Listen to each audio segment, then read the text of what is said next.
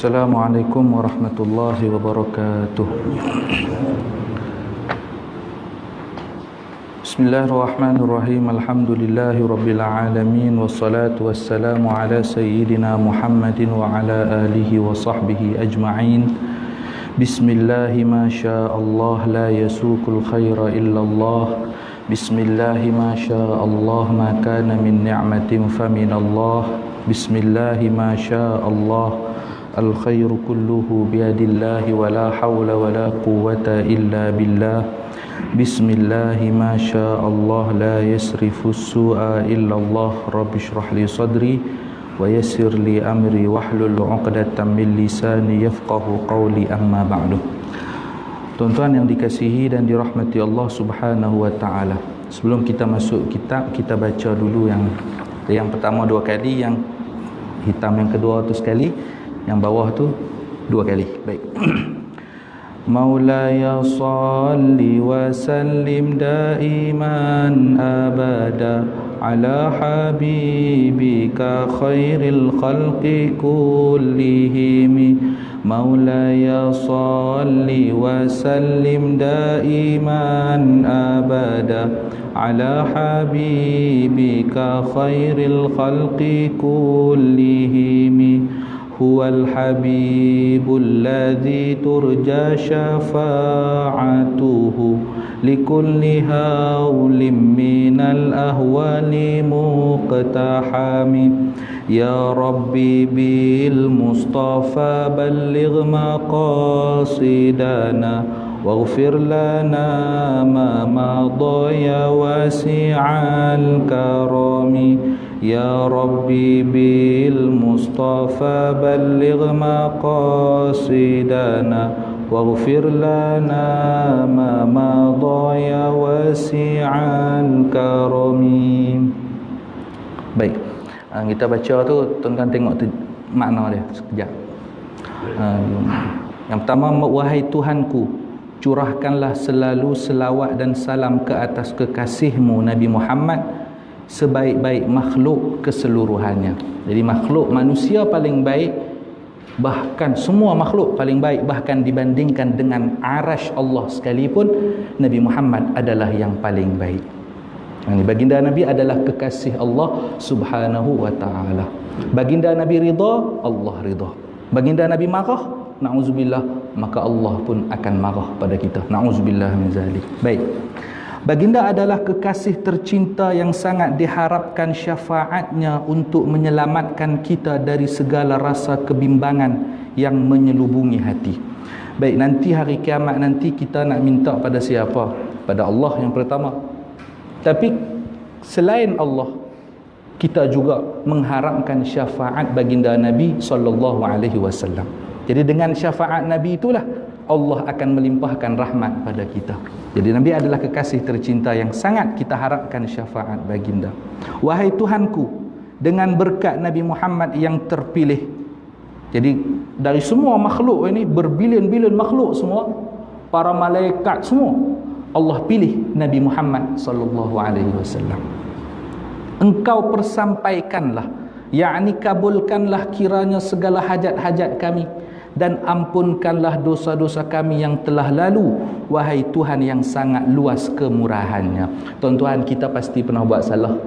Tak ada kita ni yang tak pernah buat salah, tak ada, kecuali para nabi alaihimussalatu wassalam. Jadi para nabi lain, mereka tu maksum. Yang ni keyakinan kita, akidah kita Ahlussunnah wal Jamaah, kita yakin para nabi ni maksum.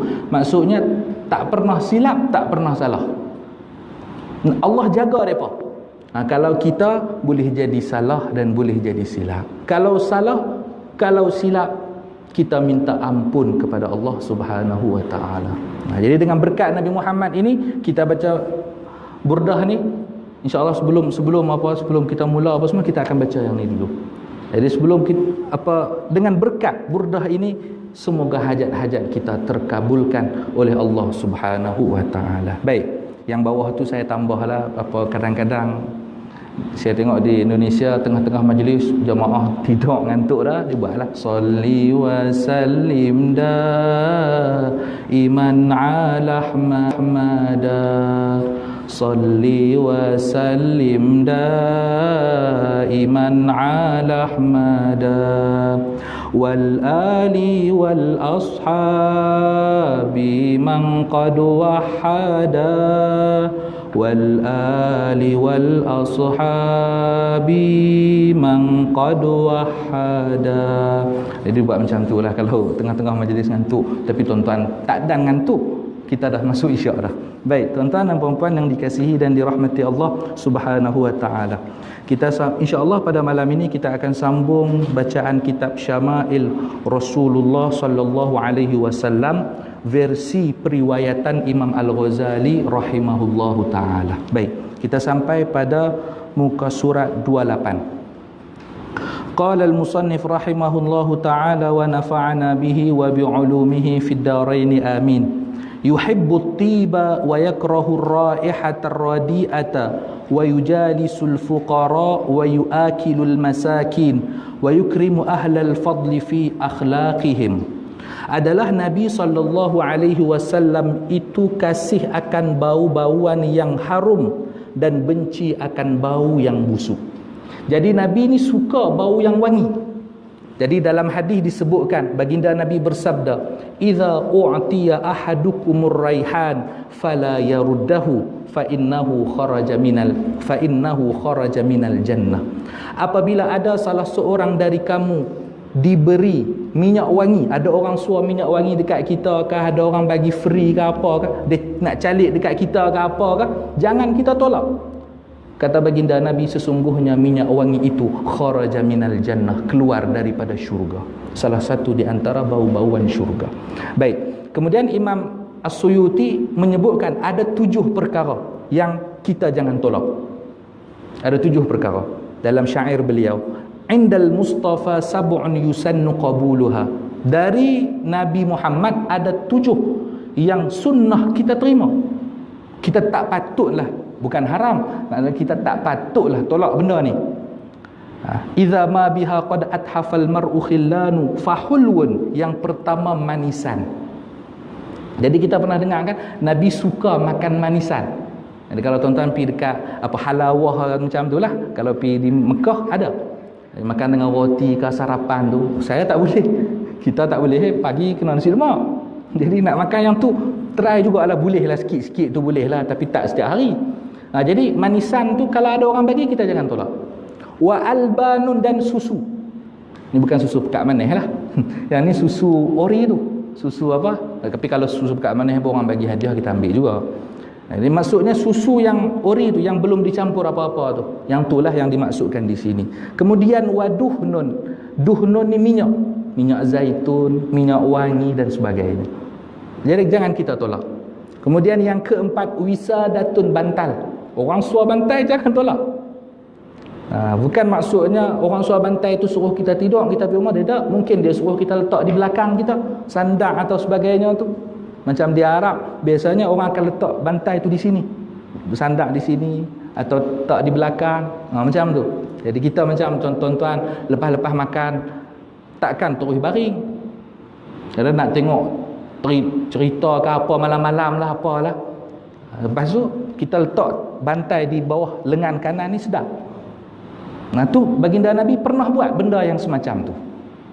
Baik, wa razqun limuhtajin, bantuan kepada yang memerlukan.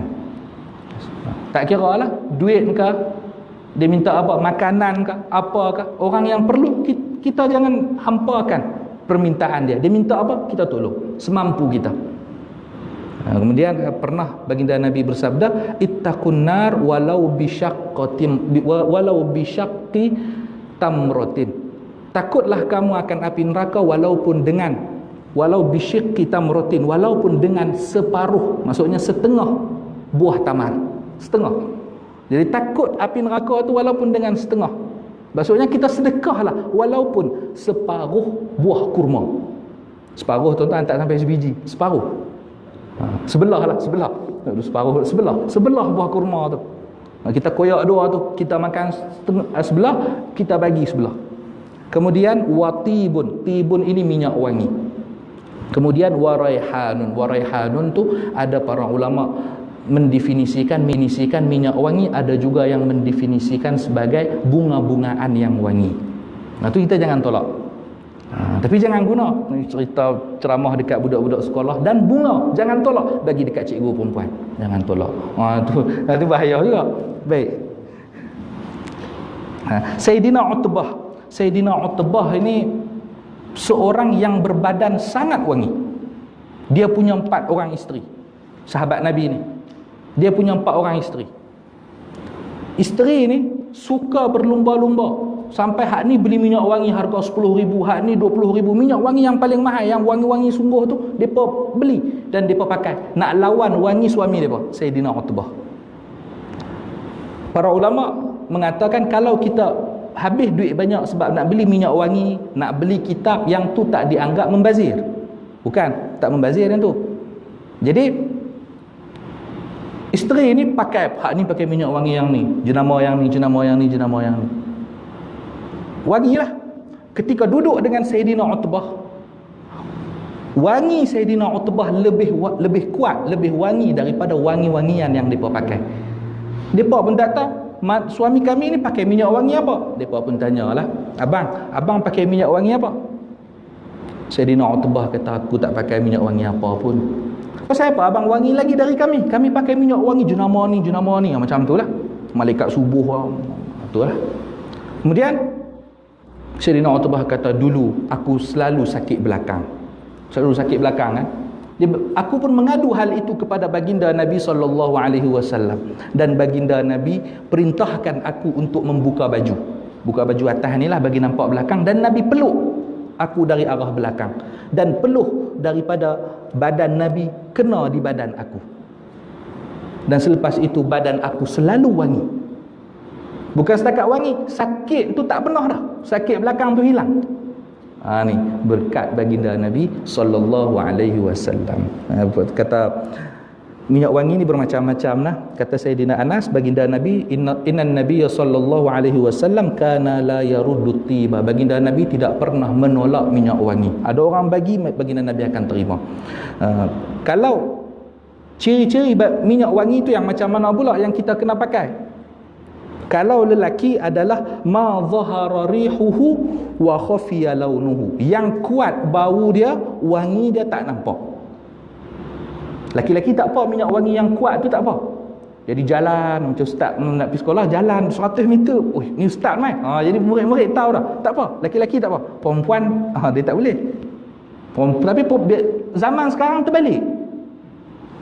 Laki-laki relax, bau kita tak nak kata bau busuk dah. Tapi tak wangi tak kuat lah. Hak perempuan pula, satu batu tu bau. Tu zaman sekarang terbalik.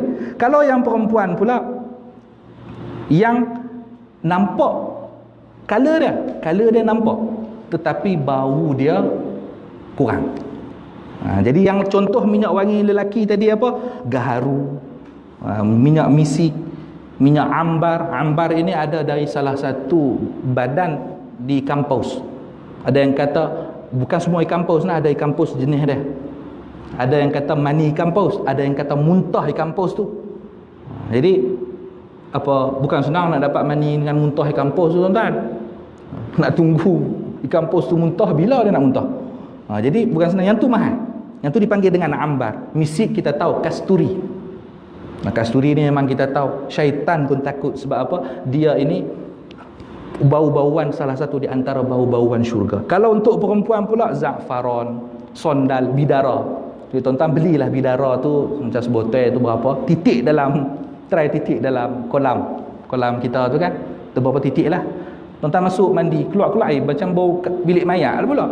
Jadi tapi bau macam tu banyak lagi lah bau untuk perempuan tu. Yang ni contoh-contoh. Saya kata kesian kau orang perempuan dalam Islam ni kena bau mayat. Bukan macam tu. Ni contoh antaranya. Baik. Dan terkadang duduk dia bersama-sama orang fakir. Nabi terkadang duduk bersama orang fakir, dan terkadang dia makan bersama-sama orang miskin. Jadi Nabi tak kisah duduk dengan siapa pun. Ada orang dia kira tak mau duduk dengan orang miskin, sagi terjangkit. Mana ada terjangkit miskin? Allah dah takdirkan rezeki takat tu. Kalau macam contoh rezeki anak, Allah dah takdirkan rezeki anak dia 10 orang, 10 orang. Tak mungkin lebih, tak mungkin kurang. Yang macam tu lah kehidupan ni. Jadi Nabi duduk bersama orang miskin, dan kadang-kadang makan bersama-sama orang miskin, duduk bersama-sama orang fakir, macam tu perbuatan baginda Nabi SAW.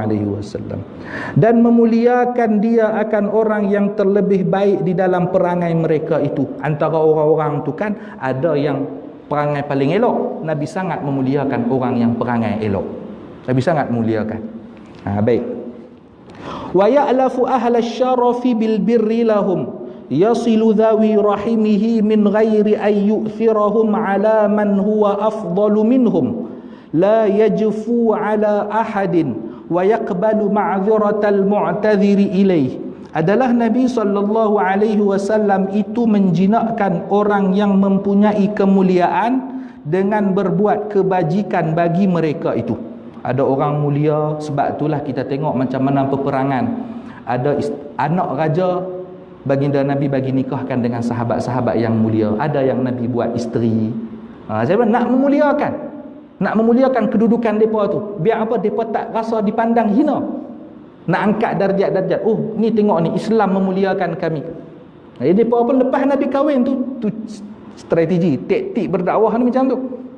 Jadi kaum-kaum mereka tu masuk Islam. Baik. Dan memberi dia akan dhi rahim, yakni akan kerabatnya, dengan tiada melebihkan dia akan mereka itu, akan seorang yang afdal daripada mereka itu. Kalau kerabat Nabi, Nabi bagi sama rata. Nabi bagi sama rata.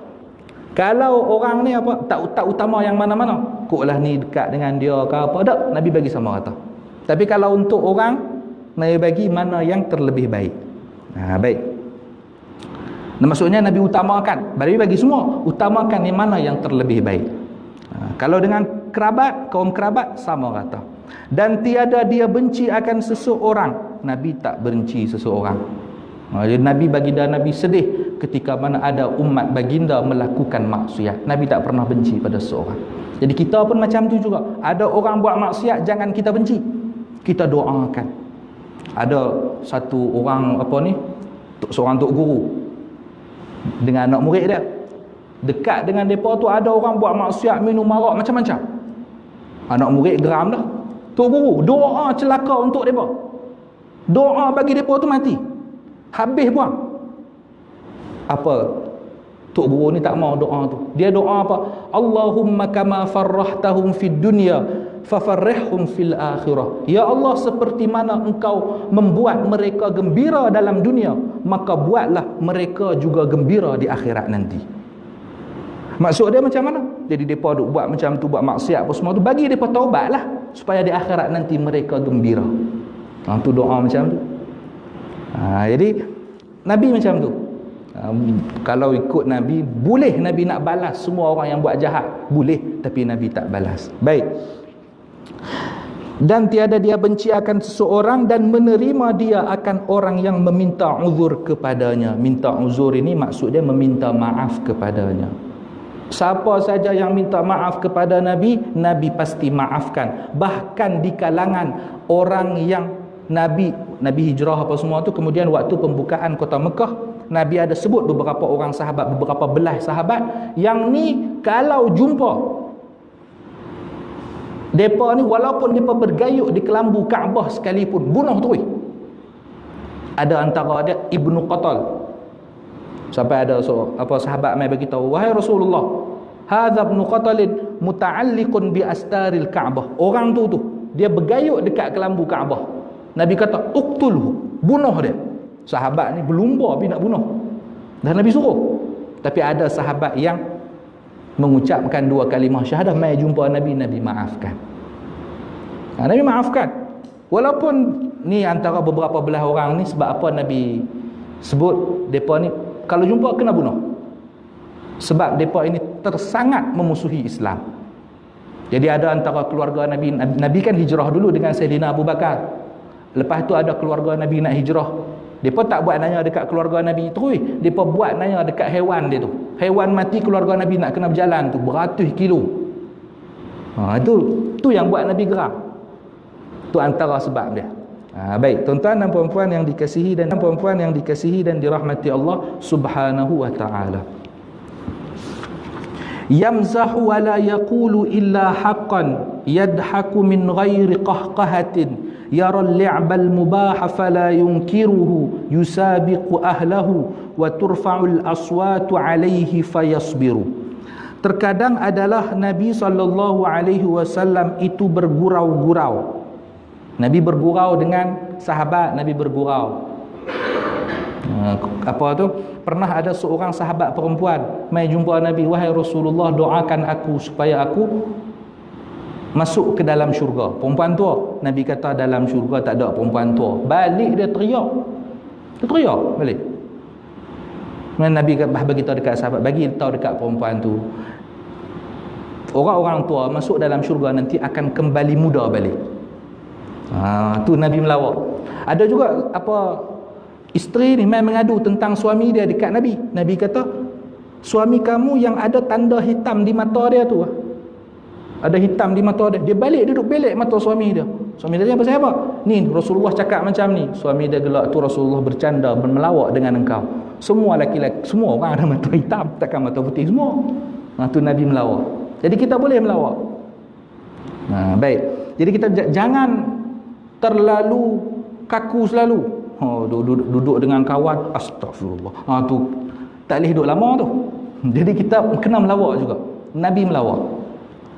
Dengan syarat melawak tu jangan menipu. Bercerita bohong apa semua tu jangan. Baik. Dan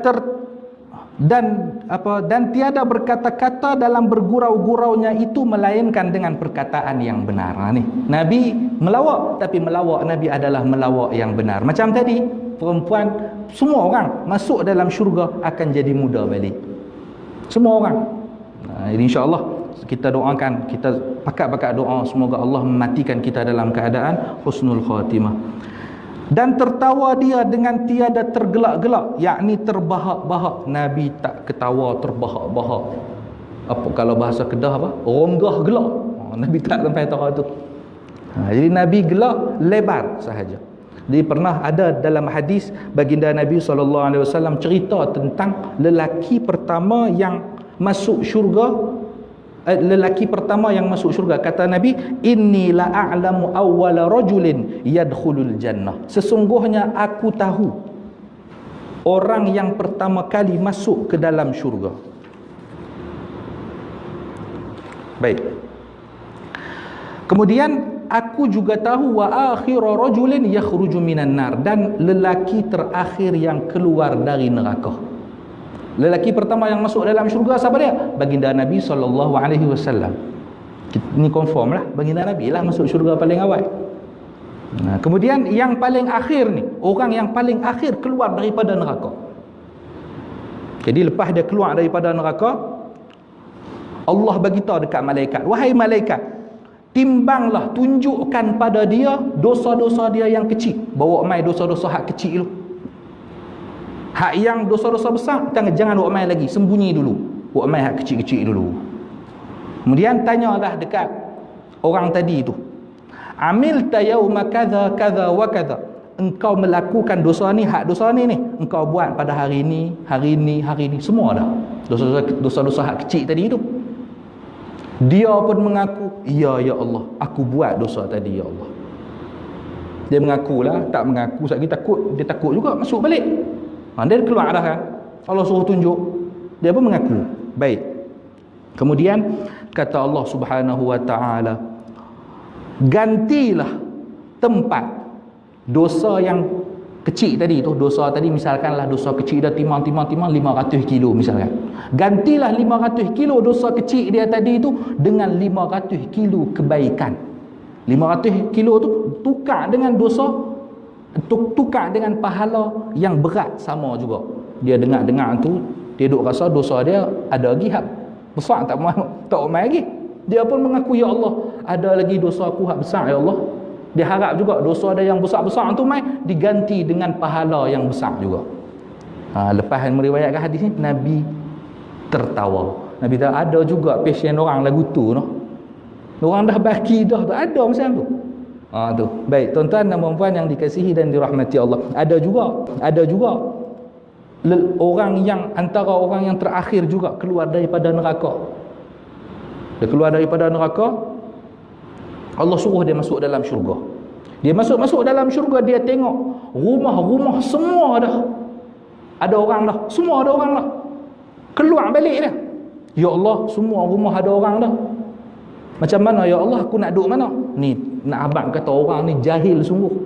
Dia tak tahu apa. Padahal kan kita tahu dalam syurga ni dengan niat saja. Kita niat nak dapat apa? Nak makan apa? Ada. Nak buat apa? Ada. Tuan-tuan dalam tu nak main PS ada? Ada. Hak suka lomba motor ada dalam tu. Ada semua dan tak mungkin mati. Aksiden pun tak mati. Misalkanlah ini. Ada apa, kita cukup dengan niat saja benda tu ada. Ni nak, dia tak tahu. Dia keluar balik, dia kata, ya Allah, aku ni semua tempat dah penuh dah dengan orang, aku nak duduk mana ya Allah?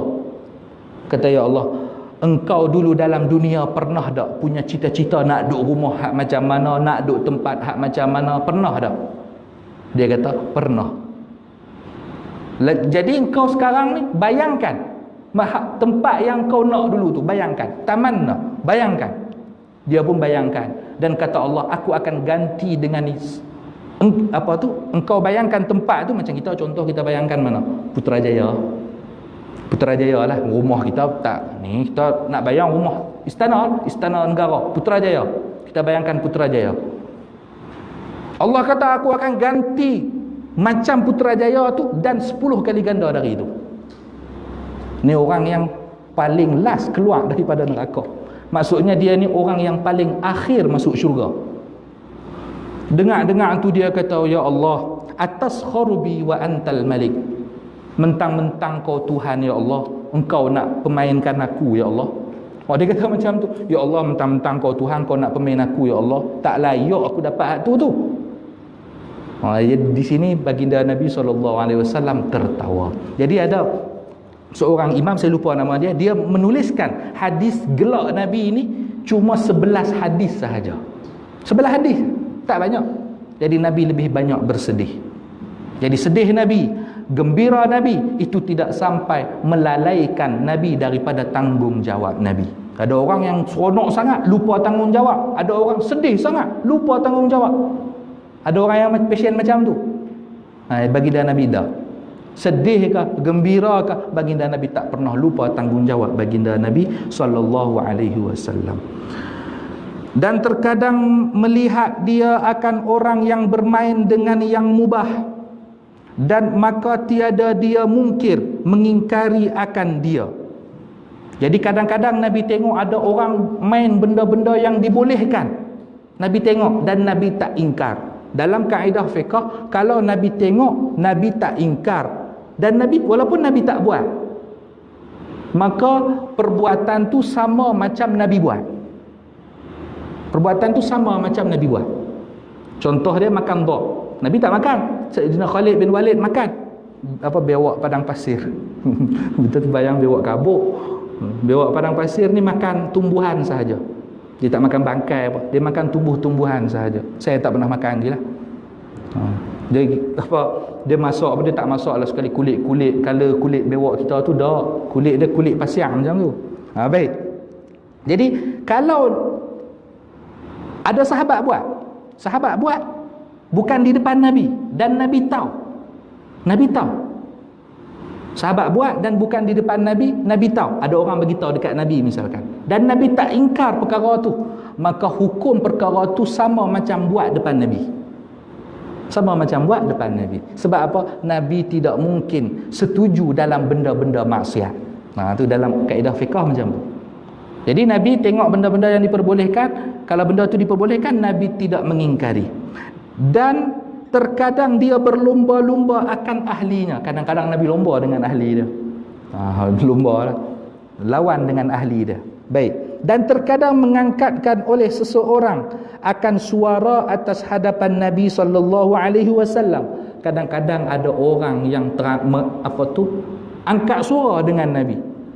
Banyaknya ni orang-orang badui lah yang tak faham adat perkotaan, dia tak faham. Jadi angkat suara dekat Nabi. Macam ada badui kan masuk Masjid Nabawi kencing. Ada orang macam tu, ada cerita tu kan. Sayyidina Umar kira buat keluar pedang. Nabi kata tak, jangan. Biar ada kencing dulu apa semua selesai baru ceruk tempat tu. Tu kalau pasial lah. Kita nak ceruk kuih lari. Kita lap dulu bagi kering najis tu baru kita ceruk ayat. Baik. Maka kalau ada orang angkat suara atas Nabi di depan Nabi, maka sabar dia atasnya. Nabi sabar. Baik, tuan-tuan dan puan-puan yang dikasihi dan dirahmati Allah Subhanahu wa taala. Saya pernah cakap hari itu tentang cincin Nabi. Jadi cincin baginda Nabi, contohlah ni bukan cincin Nabi lah. Nabi, tuan-tuan kata cincin Nabi ni bukan. Yang ni cincin, nampak tuan-tuan? Nampak? Jadi cincin Nabi ni kana naqshu khatami Rasulillah sallallahu alaihi wasallam Muhammadun satrun. Jadi Nabi Muhammad ada di bawah, Rasul satrun, Rasul ada di tengah, kemudian Allah ada di paling atas. Ni cincin baginda Nabi. So saya nak tengok. Bagi tengok. Macam tu, Muhammad di paling bawah, Rasul di tengah dan Allah paling atas. Macam tu cincin baginda Nabi sallallahu alaihi wasallam. Baik, cincin Nabi ni ada beberapa jenis. Ada cincin yang Nabi buat yang batu. Batulah batu. Batu banyak tu. Ada batu Yaman, ada batu Habsyah, macam tu. Kemudian ada cincin yang Nabi buat untuk cincin dan untuk cop. Jadi cincin tu Nabi pakai dan Nabi guna untuk cop juga. Ada cincin yang Nabi guna untuk cop sahaja. Nabi guna untuk cop lah. Apa tu? Cop sebagai kan dulu kata baginda Nabi, ada orang bagi tahu dekat Nabi, wahai Rasulullah, raja-raja ajam, raja-raja selain Arab, mereka tidak menerima surat yang tidak dibubuh cop. Yang tak ada cop mereka tak terima. Nabi pun suruh buat. Jadilah yang tu Muhammad Rasulullah. Cincin itu ada Nabi pakai. Ittakhadha an-nabiy sallallahu alaihi wasallam khataman min waraqin. Nabi membuat cincin daripada perak. Fakana fi yadihi, cincin tu Nabi pakai. Thumma kana fi yadi Abi Bakrin, kemudian cincin itu Sayyidina Abu Bakar pakai. Thumma kana fi yadi Umar, kemudian Sayyidina Umar pakai. Thumma kana fi yadi Uthman, kemudian Sayyidina Uthman pakai. Hatta waqa'a fi bi'ri Arisin, kemudian cincin itu terjatuh di telaga Aris. Cincin itu jatuh di telaga Aris tu, suruh sahabat cari tak jumpa. Seakan-akan sama macam cincin baginda Nabi Sulaiman alaihi salam pun sama, jatuh hilang terus, tak jumpa. Dia pakat cari tak jumpa dah cincin tu. Ni cincin ni. Jadi tak jumpa. Sayyidina Ali tak sempat pakai, Sayyidina Osman sempat. Jadi waktu tu Sayyidina Osman, ada orang yang pegang cincin tu sebenarnya. Kalau tak silap nama dia Mu'aiqib kalau tak silap. Jadi dia yang pegang cincin tu. Jadi waktu tu urusan Sayyidina Osman ambil lah bocor. Waktu Sayyidina Osman ada fikir atau nak bagi dekat Sayyidina Mu'aiqib, terjatuh dalam tu. Jatuh hilang tu. Wallahu a'lam lah di mana cincin tu. Baik. Kemudian saya pernah juga sebutkan Nabi pernah pakai cincin emas. Kemudian Nabi melemparkan cincin tu. Sahabat-sahabat ni Nabi pakai apa pun mereka akan ikut. Cincin emas, Nabi pakai cincin emas, mereka pakai cincin emas. Kemudian Nabi pun buang cincin tu. Nabi kata la albasuhu abadan, aku takkan pernah pakai lagi cincin emas selama-lamanya. Sahabat pun tengok tu, mereka pun buang juga. Lepas itulah tak boleh dah pakai cincin emas. Dalam hadis Nabi, baginda Nabi SAW pegang emas dan sutra, kain sutra. Kemudian Nabi kata, hadzani haramun ala dhukuri ummati hillun li inathihim. Dua benda ni, emas dan sutra, haram untuk lelaki umatku dan halal untuk perempuan mereka. Perempuan boleh pakai sutra, laki-laki haram. Kecuali ada penyakit yang tu lain pula, ada gatal ke apa, yang tu bab lain pula. Tapi hukum secara umum perempuan boleh, emas Dan sutera perempuan boleh, laki-laki tak boleh. Kalau macam saya pernah sebut, ada dua ni, dan Imam Syafi'i kata makruh lelaki pakai dua cincin, pakai lebih dari dua cincin dalam satu masa. Buh dua, empat. Buh satu lah, satu. Atau nak pakai dua pun, dua sini. Jadi kalau perempuan ikutlah 20 jari kaki dia nak buh semua pun tak apa. Yang perempuan tak apa. Dia tak ada masalah. Baik, tuan-tuan dan puan-puan yang dikasihi dan dirahmati Allah Subhanahu wa taala. Wa kana lahu, kita sambung balik pada muka surat 30 tu. Wa kana lahu liqahun wa ghanamun yataqawwatu huwa wa ahluhu min albaniha. Adalah bagi Nabi sallallahu alaihi wasallam unta yang ada baginya air susu, dan ada baginya kambing yang ada baginya air susu pula. Jadi baginda Nabi SAW, kalau baginda Nabi pegang kantung susu tu, ni buat live takut tersilap sebut lagi. Jadi kantung susu hewan tu kan, dia pegang tu akan ada susu dia. Walaupun kambing itu dah betul dah tak ada susu, Nabi pegang ada. Nabi perah lah, Nabi nak perah ada. Ini Allah bagi pada baginda Nabi SAW. Baik. Sebab tu ada ulama menyebutkan para nabi kalau diberi mukjizat, maka Nabi Muhammad akan diberikan mukjizat yang sama ataupun yang lebih dari itu. Sama ataupun lebih dari itu. Tak mungkin kurang. Contoh Nabi Musa, katok batu keluar 7 mata air. Hebat tu. Tapi Nabi Muhammad SAW keluar air daripada jari jemari baginda Nabi SAW. Dan 300 lebih sahabat Nabi yang ada pada masa tu, semua minum, semua boleh simpan air tu. Keluar daripada hujung jari baginda Nabi SAW. Ni Allah akan bagi mukjizat yang sama ataupun yang lebih daripada para nabi-nabi yang lain. Baik. Padahal dia dan ahlinya itu tiap-tiap hari memakan daripada air susu itu. Air susu ni dia ada dua faedah lah. Dia sebagai makanan dan juga sebagai minuman. Kita minum air, minuman lah, tapi dia juga mengenyangkan air susu ni. Ni baginda Nabi cukup suka. Sebab tu tadi kan saya sebut antara 7 perkara tu, susu jangan orang bagi, jangan tolak, kita minum. Susu kalau boleh susu yang tu lah, yang ori punya tu, yang tak ada campuran apa-apa tu, yang tu memang cukup sihat. Kalau susu pekat mana, yang tu tak sihat lah, yang tu tak sihat. Baik. Wa kana lahu 'abidun wa ima'un la yartafi'u 'alaihim fi ma'kalin wala malbasin. Adalah bagi Nabi SAW itu beberapa sahaya, hamba lelaki dan perempuan. Jadi Nabi mempunyai beberapa hamba sahaya lelaki dan perempuan, padahal tiada dia meninggikan atas mereka itu dalam makanan dan pakaian. Nabi tak pernah kokok macam kita lah. Kita kalau ada hamba sahaya, aku tuan, majikan, pakai baju hak harga 200, hamba saya beli hak RM50 menjadi ya. Nabi tak macam tu. Nabi tak macam tu. Dan Nabi cukup menghormati orang-orang yang pernah tolong Nabi SAW. Macam Sayyidina Anas jadi khadam Nabi, bukan hamba saya, ini khadam Nabi. Sayyidina Anas berkata, baginda Nabi SAW tidak pernah mengatakan kepada aku, lima taf'al kaza wa lima lam taf'al kaza. Pasal apa kau buat macam ni? Pasal apa kau tak buat macam ni? Nabi tak pernah kata macam tu. Apa yang aku buat, Nabi terima. Nabi tak pernah marah aku. Ini kata Sayyidina Anas. Walaupun bertahun-tahun dia berkhidmat pada baginda Nabi SAW.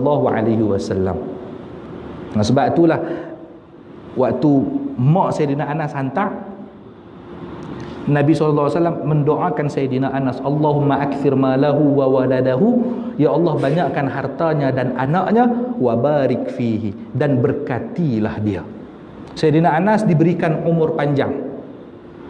Sayyidina Anas pernah cerita, aku pernah mengebumikan anak kandungku sebanyak 125 orang. Jadi anak kandung dia berapa ratus itu wallahu alam. Anak kandung dia meninggal 125 orang lah. Dia hidup lagi.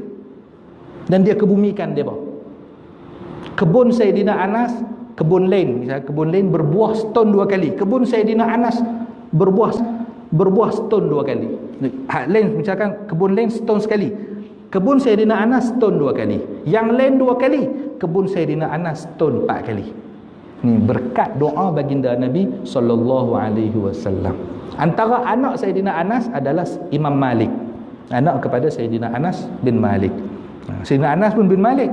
Imam Malik bin Anas. Baik.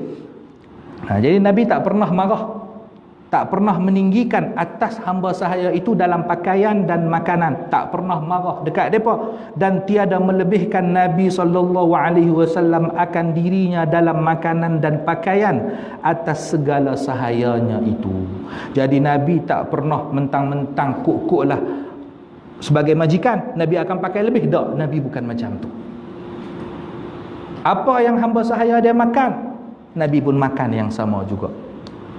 Ni macam mana kita tengok macam mana Nabi memuliakan orang-orang yang ada di sekitar baginda Nabi sallallahu alaihi wasallam. Tapi kita banyak di antara kita muliakan orang lain, tapi keluarga kita kurang sikit. Padahal kalaulah kita tak ada nanti, siapa yang nak kirim Fatihah dekat kita? Orang-orang yang dekat kita itulah, ahli keluarga kita, anak-anak kita. Anak-anak kita tu setiap kali mereka buat baik, pahala kita dapat. Walaupun mereka tak niat pun. Disebutkan dalam kitab Al-Qirtas fi Syarhi Ratibil Attas, ada seorang hamba ni, seorang laki-laki ni, dia ni duduk dalam kampung tu suka buat maksiat, dari bangun tidur sampai tidur balik buat maksiat, tenggelam dalam kemaksiatan, buat maksiat selalu. Suatu hari matilah dia ni, mati. Beberapa hari kemudian ada seorang orang alim di kampung tu mimpi jumpa orang ni. Tengok dia kena seksa, kena godam, kena rimbuk dengan malaikat apa semua tu. Kita kalau tengok orang buat maksiat, tentu mimpi tu maklumlah. Ni akibat daripada apa yang dia buat dulu. Beberapa tahun lepas tu, orang ni mimpi pula jumpa, tengok orang yang kena seksa dulu, yang mati kena seksa dulu tu, tengok dia duduk dalam kubur, lapang kubur dia, tak kena seksa dah, duduk relax dalam kubur dia. Dia pun tanya, "Wahai fulan, engkaukah dulu yang aku pernah bermimpi tengok engkau kena seksa?" "Ya, aku." "Macam mana engkau boleh dulu kena seksa, sekarang bebas dari seksa?" Kata orang, "Ini waktu aku mati, isteriku tengah mengandungkan anakku. Kemudian isteriku lahir anak aku, kemudian dia pun jaga anak aku, boleh cakap, dia pun ajaklah cakap, sebut-sebut nama-nama Allah, Muhammad apa semua tu, boleh lancak sikit cakap apa semua tu, dia ajarkan baca qiraati. Sampailah anakku dapat menghafal Al-Fatihah, hafal surah Al-Fatihah. Ketika anakku sudah berjaya menghafal surah Al-Fatihah, malaikat malu hendak menyeksa aku." Baru surah Fatihah, tuan-tuan. Baru surah Fatihah, belum Al-Quran lagi, belum lagi sembahyang, belum lagi puasa, belum lagi zakat, belum lagi haji, belum lagi dia bagi sedekah niat untuk arwah ayah dia tu. Tu lagilah pahala terus dapat untuk ayah ni. Sebabkan apa? Anak yang soleh. Jadi kita, anak-anak kita ni, kalau boleh kita nak mereka jadi anak yang soleh, itu akan jadi bekal kita nanti. Sebab tu kita buat anak kita je, kalau boleh kita tegur dengan cara yang elok. Saya ingat pengalaman saya waktu saya nak pergi Indonesia dulu. Dulu di Derang sebut nama Amir Salam, tak ada dah. Hak tu lah paling buah tu. Dululah. Kemudian abah saya kata nak hantar pergi mengaji Indonesia. Saya ikut. Tak lawan. Kau nak lawan apa boleh. Tapi kita tak lawan. Jadi anak kena cakap yang elok. Sebab apa? Abah saya ketika bercakap macam tu, dia cakap yang elok. Abah nak hantar pergi mengaji, cakap yang elok. Jadi anak ni, kalau kita marah, bukan makna saya ada anak, baru kahwin sebulan ada anak apa. Jadi maksud dia, anak tegur dengan cara yang elok. Sama macam kita suka orang tegur kita dengan cara yang elok, maka kita pun tegur orang lain dengan cara yang elok pula. Tuan-tuan dan puan-puan yang dikasihi dan dirahmati Allah, kita ingat Anak adalah cerminan diri kita. Macam kita tengok cermin anak kita tu. Ni cerminan aku ni. Dan ini adalah jariah aku. Siapa tahu aku susah, nanti salah satu di antara anak aku ni yang akan menarik tangan aku masuk ke dalam syurga Allah Subhanahu wa taala. Baik tuan-tuan dan puan-puan yang dikasihi dan dirahmati Allah Subhanahu wa taala, insya-Allah kita sambung pada bulan hadapan. Semoga apa yang kita kaji pada malam ini bermanfaat untuk kita. Semoga Allah berikan kita hati yang mencintai Nabi, hati yang merindukan Nabi, dan pada hari kiamat nanti Allah kumpulkan kita bersama Nabi biniyatil qabul wa husulil ma'mul. Al-Fatihah.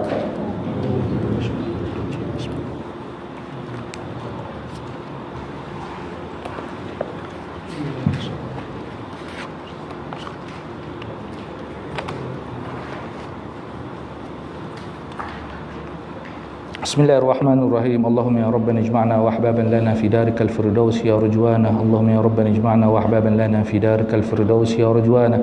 Allahumma ya Rabbana ijma'na wa ahbaban lana fi darikal firdaus ya rujwana. Allahumma hifina sunana sayyidil mursalin wa aqim bainana ittiba'a nabiyyikal amin wa atina syafa'atal kubra min nabiyyikal amin wa adkhilna al-jannata ma'a nabiyyikal karim. Allahumma akhtim lana bi husnil khatimah wa la takhtim alaina ya Allah bi su'il khatimah. Sallallahu ala sayyidina Muhammad wa ala alihi wa sahbihi wasallam, walhamdulillahi rabbil alamin. Mohon maaf kalau ada salah silap. Wassalamualaikum warahmatullahi wabarakatuh.